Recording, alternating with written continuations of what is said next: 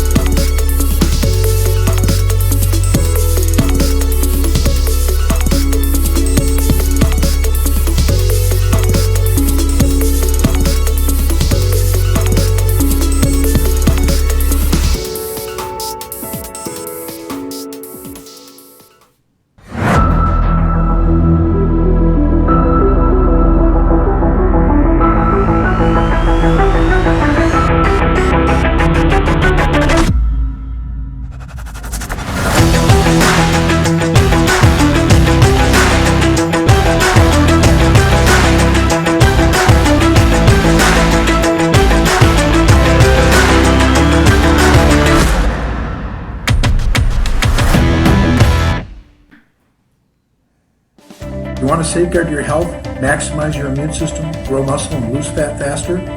Prova Immune is not herbs and spices. It's not a proprietary blend.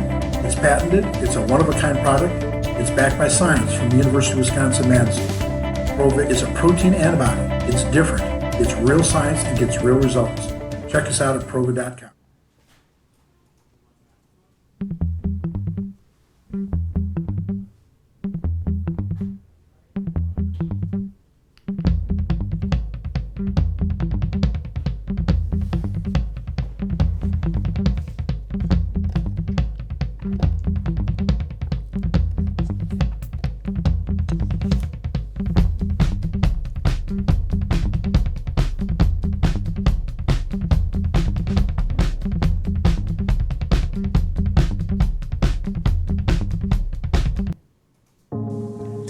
After working hard at the gym, you need a mattress that works as hard as you do. Spinalign has engineered the perfect mattress for you and your active lifestyle. Don't compromise your recovery with inferior sleep. Order your Spinalign mattress today.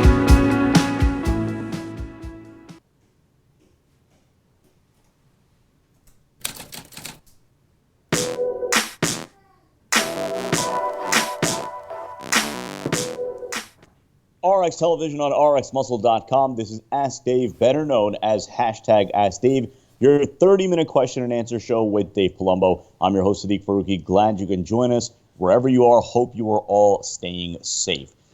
We have a lot to get to and not a lot of time because after we record this show, we're going to be filming a special episode of Iron Debate. We can't tell you who's going to be on it because the last time we revealed the identity of this guest, he mysteriously got a contract literally minutes before we were supposed to record with him. If that isn't a big giveaway clue, I don't know what is. We now bring in Dave Palumbo. Dave, so much going on right now in the bodybuilding world, obviously. Now we're starting to get the wheels going. People are starting to have some optimism that in the next few weeks, once things start to clear up, we will have a competition season. And of course now, the gyms slowly, steadily starting to open up. Yeah, you know, some of them are opening up. I know Florida here opened up on Monday, but you know what? I got to tell you, there's a lot of places that they're not open. And my friend Joe Corbett, who owns House of Pain, is in a lawsuit with in St. Louis, Missouri, there trying to get his gym open. I know he opened and he's fighting them and battling them. Obviously, our friend Louis Uredell in California has been battling those people over there. Then we saw that gym in New Jersey that that had the cop come to, obviously, and then he said, you know what, you guys do what you want.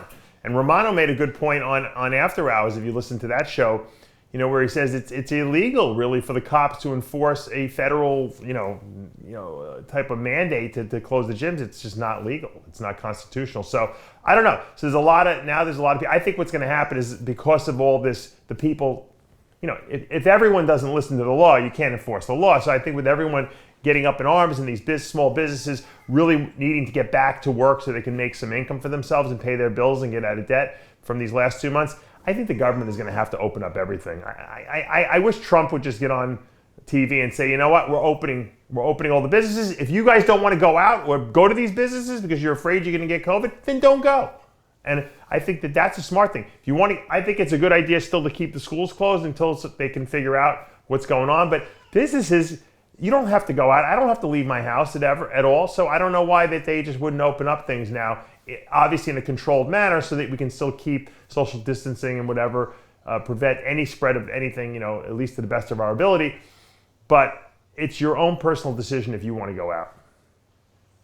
So again, that episode of After Hours is going to be going up tonight on RxMuscle.com and the RxMuscle YouTube channel. And of course, the episode of Iron Debate that we do record, keep an eye out. We will have a full-fledged campaign promoting that episode today, of course, on our social media. Let's go to the questions. The first 2 questions from the Dave Palumbo Experience app. Dave, first question, I hate the app. Why did Layne Norton attack you about calories versus macros? Will you debate him? Do you disagree with what he had to say in the video? So let's just answer the will you debate him part. I've debated him before 10 years ago. I'll debate him anytime. First of all, Layne and I are not enemies. So, we're friends, and I guess you could call us, industry friends. We don't go out, socially, but we certainly wouldn't consider each other enemies. So, Layne did that thing because he's a big, he's one of these research guys. Here's the research, But unfortunately, the way, the bodybuilders are 20 years ahead of the research. And, the bottom line is I know, okay, and I think that anyone out there who has dieted many, many people know the calories don't dictate the outcome of how you look your best.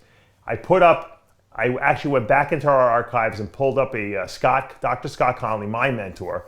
I pulled up a seminar he did, a 3-part seminar he did it probably was almost 10 years ago now, 8 years ago, about the calorie versus macro, nutrient partitioning debate. And he laid it out just like Layne likes, with research and systematically and showing graphs and stuff like that. Watch that. If you can't understand why a calorie is not a calorie and why the calorie people are ridiculous after watching that, then I don't know what to tell you. Then you're obviously living in another world. So I'd be happy to have Layne on. We could talk about it. We could debate it. We can go through it and have fun with it. Like I said, I'm not. There's no ill will. There's no animosity here. It'll be fun. I don't have a problem. If he wants to, he kind of challenged me to do it. Bring it on. Let's do it. We'll set it up, Layne. We'll have some fun with it.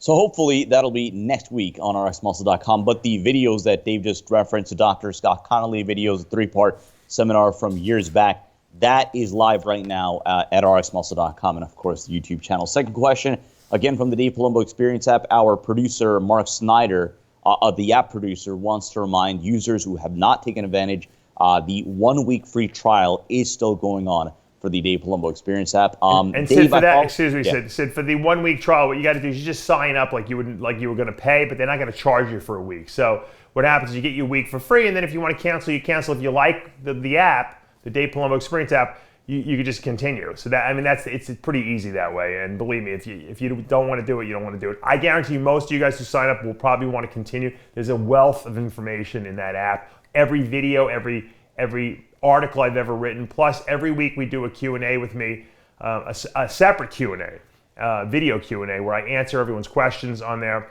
and it's exclusive to the app only. Okay, so we also put up a workout every single week. Also, you have the ability to ask me questions on the app, and I answer them, not personally, but I answer them on the app in an open forum, so everyone sees all the questions and answers. So it's kind of a good learning experience. So I encourage you guys to try it. You got to go to the Android store or the iTunes store, and you can download that app. So second question again from the Dave Palumbo Experience app. Dave, I follow your training plans, but have a question. Currently training, is it possible to grow from higher rep sets? I don't have heavy weights, and I think that's something that a lot of people right now at home, maybe they don't have a proper gym, at home, a home gym setup. They only have, their 10, 15, 20, 25 pound dumbbells. Yeah. So I think that's a question a lot of people could relate to. Yeah.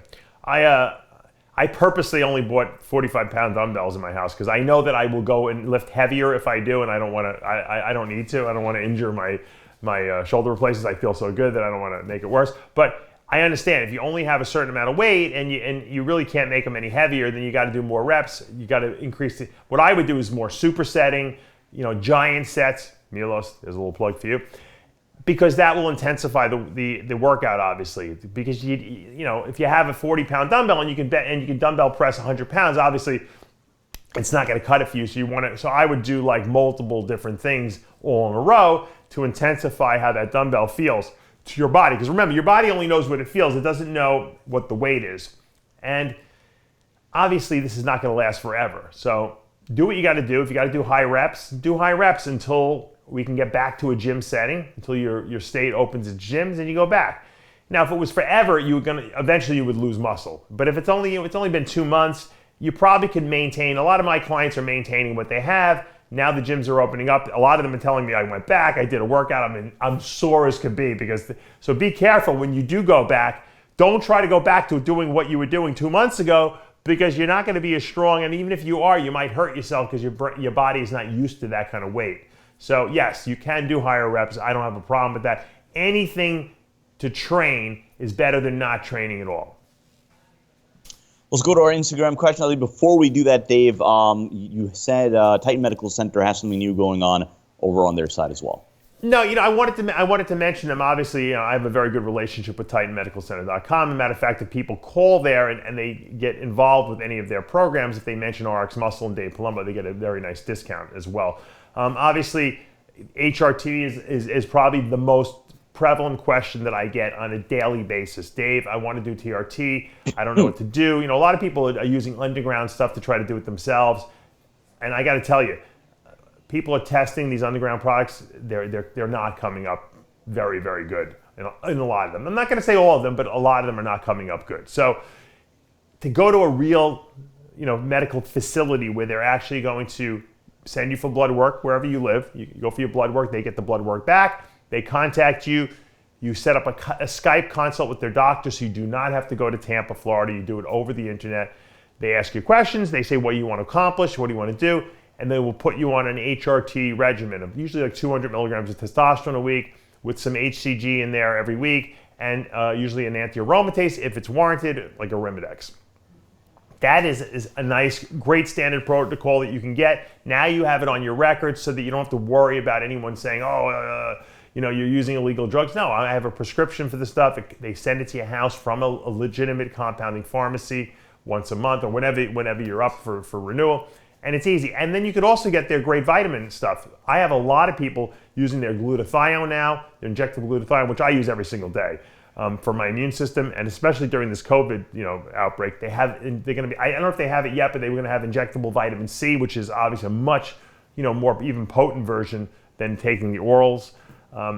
They have zinc, which is also obviously we know that zinc is another important component in inhibiting the viral replication of the COVID virus. So they have a lot of great stuff to boost your immune system that you could take over there in an injectable form, which is great because it goes right into the bloodstream. You don't have to worry about whether you're absorbing it or not. And I just love what they're doing because they're very passionate about it. They care about the customer and the patient.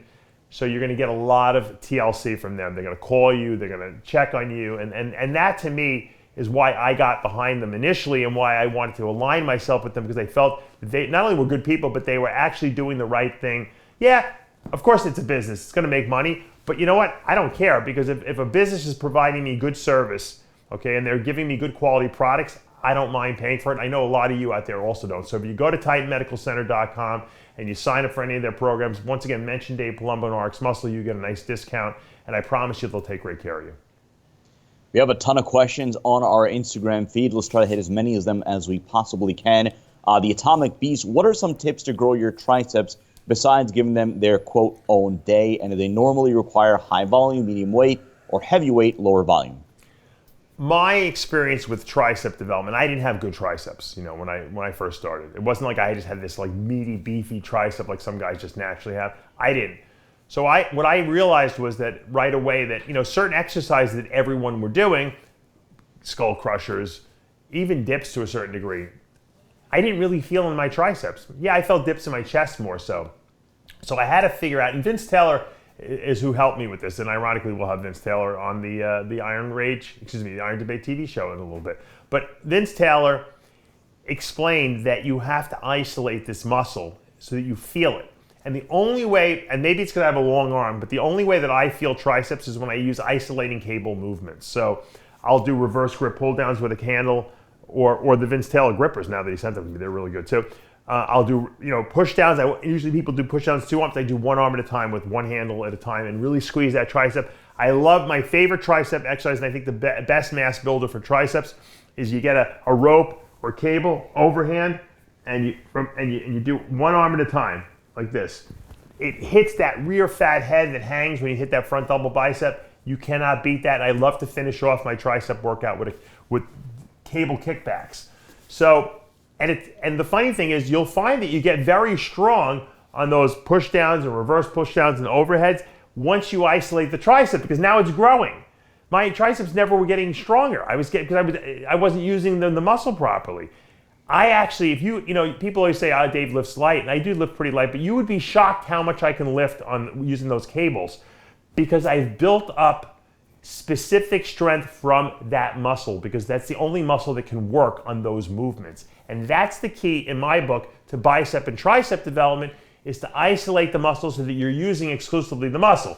When you're doing barbell curls for biceps, it's great. You feel it in your biceps, but you also feel it in your front delts. You're using your lats. You're using momentum.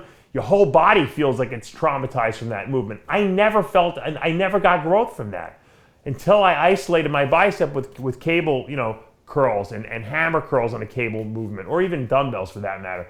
Then I felt and I noticed the growth. And that's what you have to do. You got to find a way to target that muscle and isolate it, but yet still use heavy enough weight to make it grow.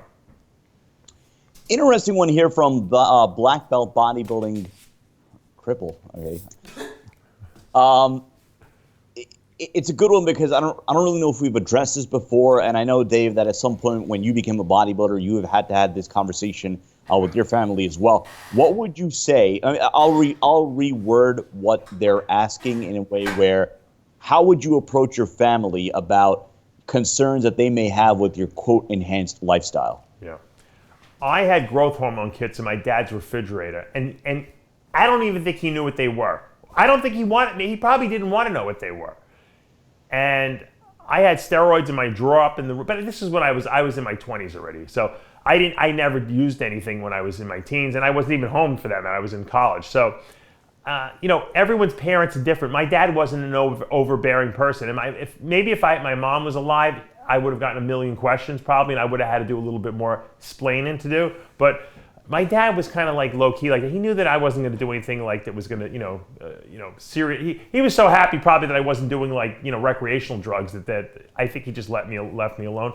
But yeah, if you have a parent that's very inquisitive, you're going to have to educate them, Now, you're not educating your mother or your father if you're 16 years old and you want to do steroids, because I wouldn't. If my son came to me, I'd be like, "There's no fucking way you're doing them." At that age. That when he's after 18 and he's his own man, he can do whatever he wants. And I would be more than happy to advise him how to do things properly. I believe that if you're over the age and you have the ability to make your own decisions, assuming they're informed decisions, I think there's nothing wrong with that. And I think if you are in your 20s and you want to tell your parents, "Hey, because I'm living at home, I'm going to do this stuff," if you approach it in an intelligent way and say, "Look, I researched this stuff.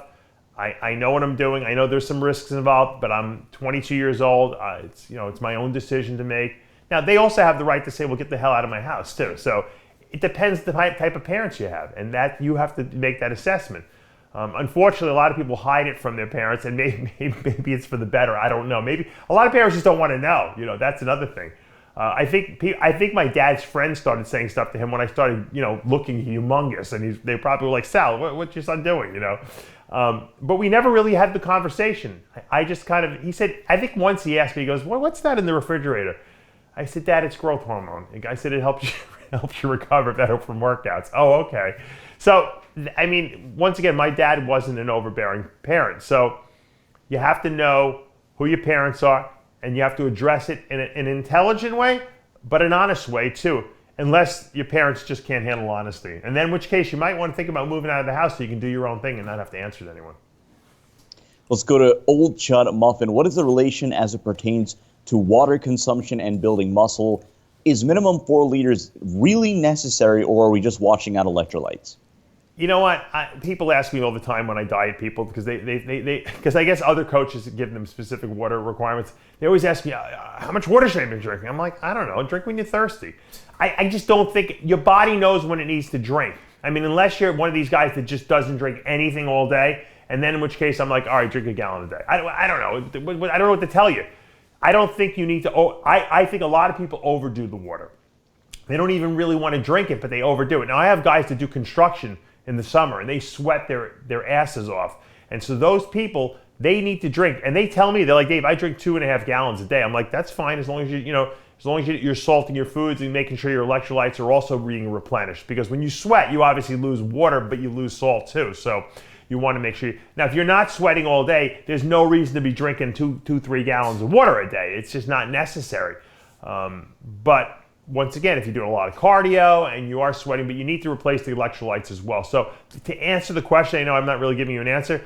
I usually tell people a gallon because when you diet, you're probably drinking a gallon of fluids. Now, it doesn't have to be water. You can drink some diet soda in there as well. But if you're not drinking enough, your body will tell you. You'll have excessive thirst. That's why your body has a thirst mechanism. It will send out signals to you, drink more. Okay, so if you're walking around thirsty all the time, you're probably not drinking enough. But if you're not thirsty, that doesn't mean you have to go and drink an extra gallon of fluid every day. So most guys and girls who diet drink a lot of fluids because they're hungry and they're trying to fill that hollow feeling in their stomach up. That's the real reason. It has nothing to do with, you're not going to burn fat better. Okay, now, if you walk around dehydrated all the time, you might not build and repair muscle adequately because muscles like to be well hydrated, but assuming you're getting enough fluid, drinking extra is not going to make any difference. Let's go to Fonzilla. We do get questions time to time about, I guess, building muscle as a tall lifter. Mm-hmm. He goes on to say that being tall, he has difficulties adding size to his arms, biceps, triceps, and forearms, could use more mass. What exercises or approaches would you specifically advise taller bodybuilders looking to add size to their arms? Well, you know what? I refer you back to the earlier question because I just gave you the answer already. Isolation movements, heavy weights, isolating movements. Cables are great. Dumbbells are really good. I love cables even better. Re-listen to the previous question and that'll give you the great answer. Let's go to Chris Jones, 1984. Best way to fill up after a contest prep if you've only been on 50 to 100 grams a day, 1 day carb up, or load start of the week, then back off, not to overspill.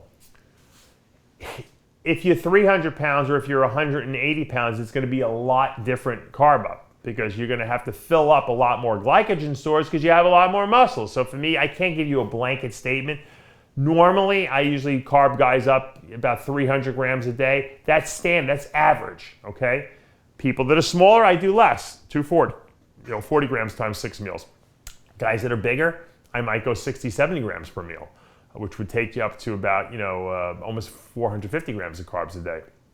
People with ridiculous metabolisms, I might do 70 grams of carbs a day and then giving them a McDonald's meal at night, burger and fries. So it really varies about who the person is, and that's why it's important to have a coach because a lot of times it's hard to look at yourself in the mirror and know how many grams of carbs.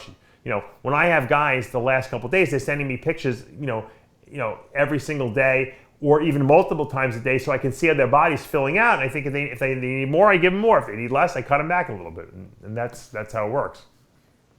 Let's go to Shad Water Fit, good friend of the show. Thoughts on efficacy of using glucose disposal agents and cortisol blocker supplements? Cortisol blocker supplements don't work, okay? You want the best cortisol blockade? Sleep more. Believe me. I know when I sometimes, like the other night, I was up probably 6 times because my kids kept waking up and they needed me to put them back to bed. My daughter was crying.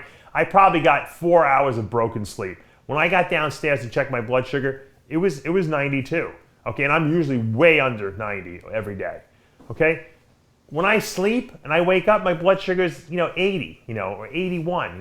It's my fasting sugar. So, and that's because of cortisol output. Cortisol raises blood sugar. If you're stressed out and you're not sleeping enough, your cortisol is higher in the morning, and so you're going to have higher blood sugars. That's normal. The best way to suppress cortisol is sleep enough and sleep consistently. Don't overtrain. Okay, that's the best way to do that. Now, the glucose disposal agents are really kind of a slightly ridiculous segment of our supplement market, even though some of them do work to some degree. The problem is you can't quantify them. There's no supplement out there you can say, if I take this 2 pills, I know I'm going to drop my blood sugar this many points. It doesn't work that way. They're kind of hit or miss. Some people are more insulin sensitive than others. Believe it or not, the best way to make yourself insulin sensitive so that you release, because if you're more sensitive to insulin, your body doesn't release as much, okay, which means less likely chance of getting fat and better blood sugar control, less stress on the pancreas, right? The best insulin sensitizers, believe it or not, are the omega-3 fish oils. Those fish oils, the DHA, EPA, they really sensitize you to insulin. And that's why people who are having trouble losing weight during contest prep eat more fish. And that's why fish makes you much more insulin sensitive than, say, red meat, which is has pro-inflammatory fats in them, and chicken. And if you talk to any guy, listen to Kevin Levrone, what would he eat the last 6 weeks before a show? Fish every meal. Better insulin sensitivity, easier to get lean. My Omega-Lyze essential fatty acid supplement is really good because not only does it have the fish oil in there, okay, but it also has another omega-7 fat, which is not an essential fat, but palmitoleic acid is a really good insulin sensitizer. It also happens to be a really good reducer of C-reactive protein, which is a pro-inflammatory fat. So a pro-inflammatory agent, which increases inflammation in the body. So taking like a product like Omega-Lyze 3 pills twice a day is a much better way to sensitize yourself to insulin rather than take a glucose disposal agent, which supposedly helps push stuff into the cells, which you can never quantify how much it's doing. And back in the day, in the late, early, maybe mid-90s, we used to use vanadyl sulfate. And vanadyl sulfate was a great glucose disposal agent. It was almost like taking insulin. If you ate and took vanadyl sulfate, you could be in the gym and actually go hypoglycemic. The problem is you couldn't quantify how much it did. And I used to use it because I would eat enormous amounts of carbs, so there was no way I would ever go hypo. But I once went to the gym, took a vanadyl before the gym, not even thinking. And when halfway through my workout, I had to stop working out. I was in a cold sweat. I couldn't drink enough carb drinks to bring my blood sugar up. So once again, they're not quantifiable, and that's what I don't really like about them. So to answer your question, there's so many other things that you can use that are essential to your supplement regimen that you're probably not using. I would focus on those: a good fiber supplement, a good multivitamin, multimineral, okay, an essential fatty acid supplement, a good whey protein isolate powder. Spend your money on that stuff. Don't worry about like these, what I call luxury items. Let's go to White Widow 23. Multifaceted question here. When to utilize equipment and accessories to target specific muscle groups for hypertrophy, belt, straps, wraps, etc. I'm switching from powerlifting to bodybuilding. And then he wants to go back to, I guess, his original question he may have asked earlier today. His objective is to avoid excessive trunk muscle development for classic physique. So I guess the first part of it is targeting specific muscle groups, using equipments like belt straps, wraps, and then again, avoiding excessive trunk muscle development for classic physique. Yeah. Well, I mean, when you squat, okay, look, Flex Wheeler had a tiny waist and he squatted, okay, so just because you squat doesn't mean you're going to build a thick waist. That's a genetic thing. Now, if you cheat, I see guys who squat, they can squat a lot of weight, but they're using their core and their back, and they're really not using their legs. They kind of leaned over and stuff like that. So use good form while you're training. That's number one. Number two, straps are great, the ones that go right in your hands. I even sell, like almost like it looks like a little Versagripper called the Jumbo Palumbo straps on DavePalumbo.com. I love it for back, and I'll tell you the story. I saw Ronnie Coleman in the gym. Ronnie Coleman always used, straps, okay, because it doesn't matter that you're technically cheating because you're not holding on with your forearms. Your forearms are a weak link. So if you want to really target a good back and get a good back, you got to use straps. That's imperative. I only use knee wraps when I would go super heavy on squats. And once again, that's just to protect the knees. I don't think it's a good idea to wear wrist straps. You're not a power lifter, and what that does usually is weaken those wrists a little bit. Power lifters only use them when they go super heavy, so it's not something you really need to use. As far as like I said, not targeting the trunk It's really exercise form and technique that you need to perfect, and that's the key. There's no way to know when you build muscle what you're going to build necessarily. You can try, but genetically your body will grow the way it wants to grow and develop according to which body parts are genetically gifted and which are not, and that's the way it goes. But once again, if you want, most people can't get a good back without using straps, and that's one piece of equipment that I really love. Time for a couple of more questions.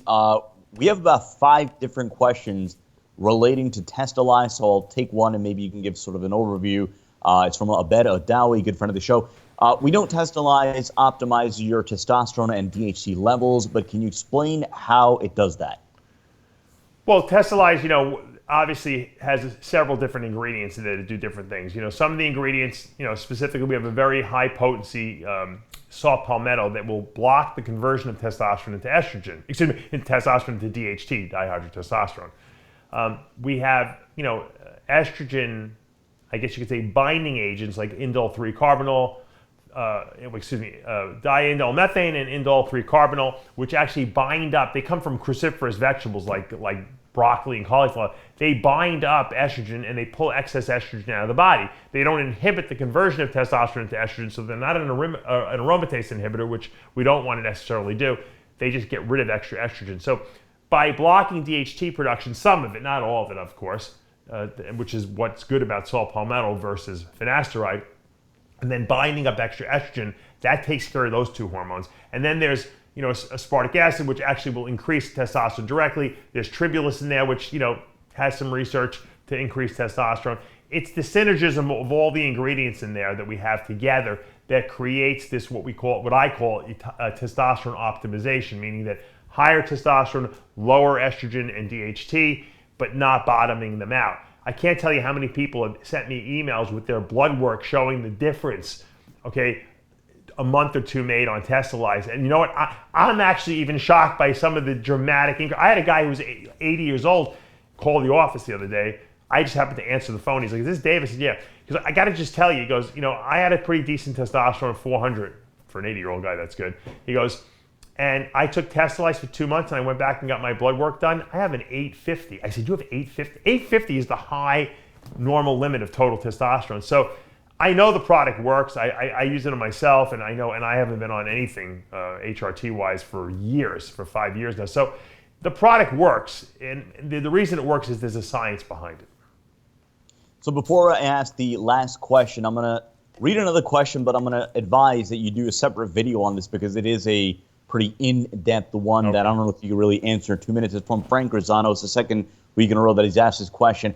If you compared every Mr. Olympia from the time their losing year, meaning 1970 Oliva, 1980 Zane, 1984 Samir, 2006 Ronnie, 2008 Jay, 2009 Dexter, 2011 Jay, 2018 Phil, who would win? So I think that's going to be a much more in-depth comparison video that is probably going to warrant a video of itself. But Ginger Training wants to know, how did it feel? You don't want me to answer the question?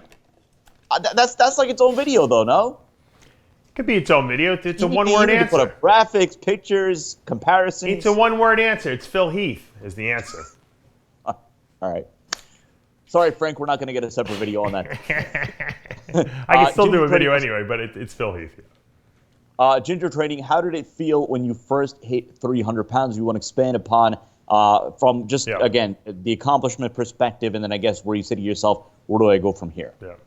Yeah, I remember I got on the scale in Gold's Gym in Belmore, and I was 300 pounds for the first time. I think I went from like 298 to like 301 or something like that, like the next day or something like that. And I was like, oh my God, I can't believe I'm 300 pounds. And the funny thing is, when you're 300 pounds, you can't weigh yourself on a bathroom scale anymore, because a lot of those, at least back in the 90s, there were no bathroom scales that went over 300. So that was pretty funny as well. It went back, it went to like 2 pounds or something like that. You know, it goes around completely. It was like a dial on the old scales. It wasn't digital, and the thing would go. It looped itself around, and I was only 2 pounds according to the scale. So it was pretty cool that I got over 300, because I had been really gunning for it for a couple of years. And what I'll tell you is, all I did was feel tired all day long. From the minute I woke up, I couldn't wait to go get home and go back to sleep. So my goal was, all right, wake up in the morning. I got to get to the gym. I got to eat all my whatever 10 meals I was eating a day. And then I get to lay down at night and go to sleep. That's all I thought about, because it was exhausting. To tell you the truth, walking steps was exhausting. Putting on my sneakers and tying my shoes, I had to actually blow out my air to get down close enough to be able to tie my shoe. My friend Doug Wentz, if you watched his interview I did with him about 2 weeks ago, he used to love to go to the beach. We used to always go to the beach together, and I was breaking chairs left and right. Those like aluminum chairs you bring, those lounge chairs. I must have broken 20 of those chairs probably. Every time I would lean back too far in them, they would just like snap in half. I even broke my car seat, and I've told this story before too. I had a Pontiac Grand Prix. It was probably like 10, 15 years old at that point, but I leaned back to reach into the back seat, and all I heard was snap, and the seat actually broke.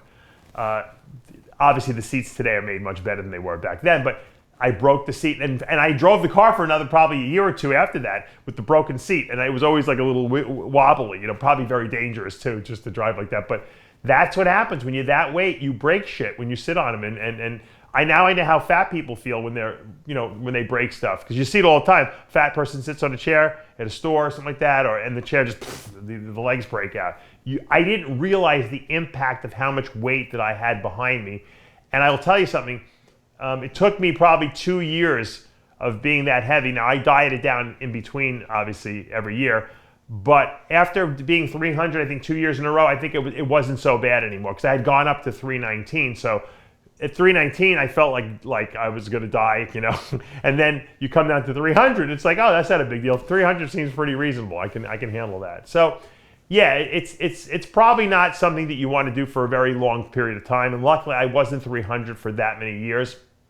And remember, it was only part of the year that I would be that heavy, because I would diet down every year for a show. But it was what it was, and I had accomplished something that I had set my mind to. There weren't many people. Maybe Dorian Yates was the only person, and he was a pro, so there weren't any amateurs who were 300 plus pounds at my height, that's for sure. So it was an accomplishment. I said I did it, and once I think I did it, it opened the doors for other people to do it, because then they said, hey, it's possible. And that's the key. Once I saw Dorian could get that big, that opened my mind up to the possibility that I can do it. And once I did it, I think it opened the possibility to other amateurs that they can do it.